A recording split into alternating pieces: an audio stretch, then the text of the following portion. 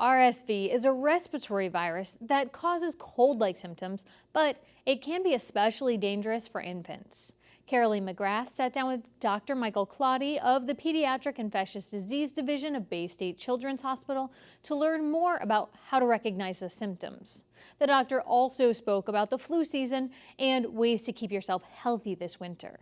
RSV, which is short for Respiratory Syncytial Virus, is an extremely common virus that affects children, primarily children less than 2 years of age. In fact, by the time that a child hits 2 years of age, the overwhelming majority will have been exposed and or infected with RSV. And would parents know that that even happened if it wasn't an extreme case? It could present as a cold? Right, and so for children who are infected between the ages of 1 to 2, those children are more likely to have cold-type symptoms with some runny nose, can have some stuffy nose, nasal congestion.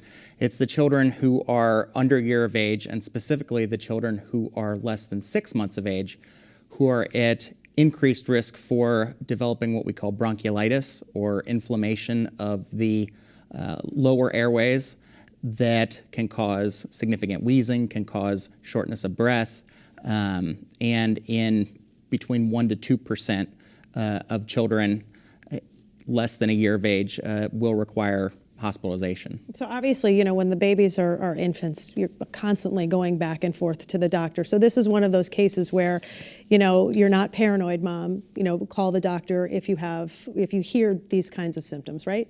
Right, certainly. And again, particularly in children who are less than a year of age, but again, up to 2 years. If you're seeing the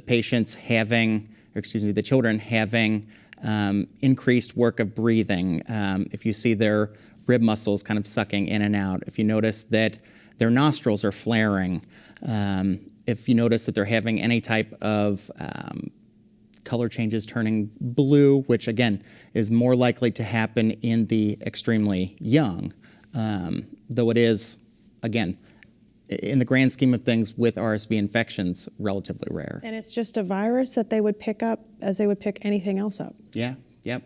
Okay. Again, it's an extremely common virus that, you know, transmitted from children to children, and the immunity is not lifelong, and so people can be reinfected with RSV again and again. Okay, and when you're talking about hospitalization, what is the treatment for the baby at that point, and how long is it typically, do they stay in the hospital? So really, there's no treatment in terms of antiviral medication. Steroids haven't been shown to be effective. It's really supportive care, which typically includes oxygen, frequent suctioning if necessary, and again, supporting the child through their symptoms. So they have to basically ride it out because it's a virus, the same as with the flu when you take the kids in and they have something like that. Speaking of, let's talk a little bit about the flu season, which is going to be upon us. You're a doctor. Do we get the flu vaccine? Well, I think that goes without saying, especially in my world of infectious diseases. You know, I can't even tell you how many children I've seen that have had complications from the flu, and again, we know that across the United States every year there are, you know, between roughly 100 to 200 children that will die from the flu and complications from the flu. And so, you know, regardless of the projected vaccine effectiveness, right, I can't stress enough the importance of vaccination. Last year, the flu season, you know, was in the news quite a bit because it was a very bad flu season, and there were some high-profile cases locally, at least in the region, where children had passed away. And I think to a lot of parents, it was like, oh my gosh, how does this happen? At what point do you know that there's a real problem? Like, you know, you have to ride it out, right? It's the flu supportive care, but at what point do parents really start to get nervous that this could be something worse? So the flu in and of itself can make you feel pretty bad, as I'm sure you've probably had the flu. I've had the flu in the past before. But the symptoms on average shouldn't be lasting more than 5 days, 7 days. Or if you have somebody or a child, let's say, who is getting better, seems to be on the mend, and then suddenly takes a turn for the worse. So, worsening coughing, worsening fevers, you need to potentially have concern for a complication such as another infection on top of the flu.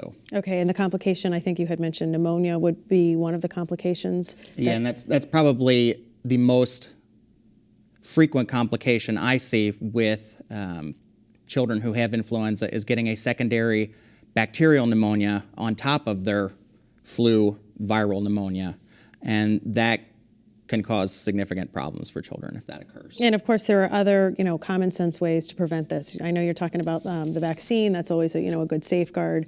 But what do kids have to do in school and daycare and at home?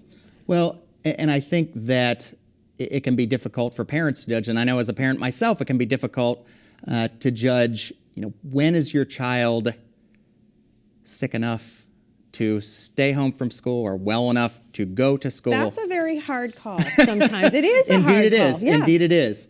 But because of how contagious the flu can be, if your child is exhibiting symptoms such as, severe muscle aches, high spiking fevers that have come on rather suddenly,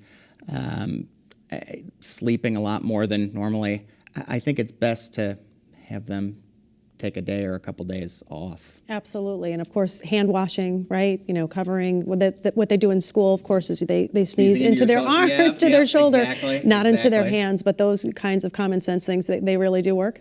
Yeah, it sounds extremely simple, and we stress this all the time at the hospital that the best way to prevent infections and spread of infections is to keep washing your hands, always washing your hands. For those people that are always on the go, I know people that keep small bottles of sanitizer in their purses or in their cars. I actually have one in my car. But it's those little things that really do help with preventing the spread of these infections.